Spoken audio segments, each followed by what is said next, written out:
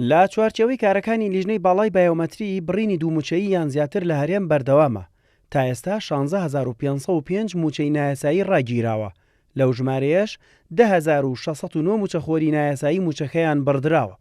سیستمی بایۆمەتری قوبات تاڵبانی جێگیری سەرۆکی حکوومەتی هەرێم سەرپەرشتی ڕاستەوخۆی دەکات. قۆناغی یەکەمی سیستمی بایۆمەتری لە ساڵی 2016دا دەستی پێکرد.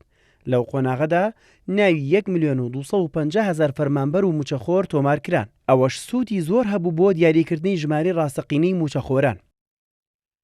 قۆناغی دووەم و سێیەمی سیستەمی بایۆمەتری لە مانگی حوتی ساڵی 2020 چووە بواری جێبەجێکردنەوە. ئەم قۆناغەش سوودی زۆر دەبێت بۆ ڕێخستنەوەی سیستەمی میلاکاتی وەزارەتەکان و ڕێخستنەوەی سیستەمی مووچە و نەهێشتنی مووچەخۆری بندیوار.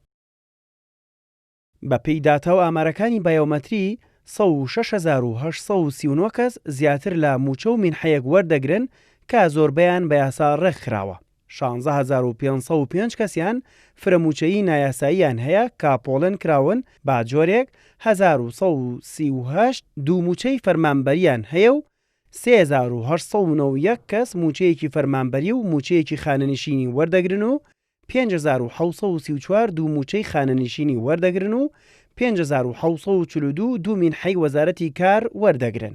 لا کۆتا هەوڵیشدا و پاڵپشت بە سیستەمی بایۆمەتری و جێبەجێکردنی یاسای چاکسازی لە مووچە و دەرماڵە و ئیمتیازەتەکان و خانەنشینی حکوومەتی هەرێمی کوردستان بڕیاریدا بە ڕاگررتنی مووچە و خانەنشینی 10,609 مووچەخۆر کە لە سیستەمی بایۆمەتری دوو جاریان زیاتر ناویان تۆمار کراوە.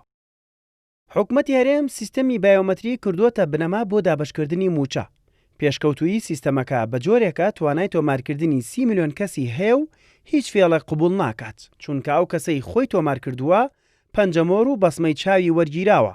هەر ئەو سیستمەش وای کرد وەفدی حکوومەتی هەرێم لە دانووسانەکانیدا لەگەڵ بەغدا توانی ژماری ڕاستەقینەی مووچەخۆرانی هەرێم بخاتە سەر مێزی گفتوگۆ بۆ وەرگرتنی مافی مووچەخۆرانی هەرێم.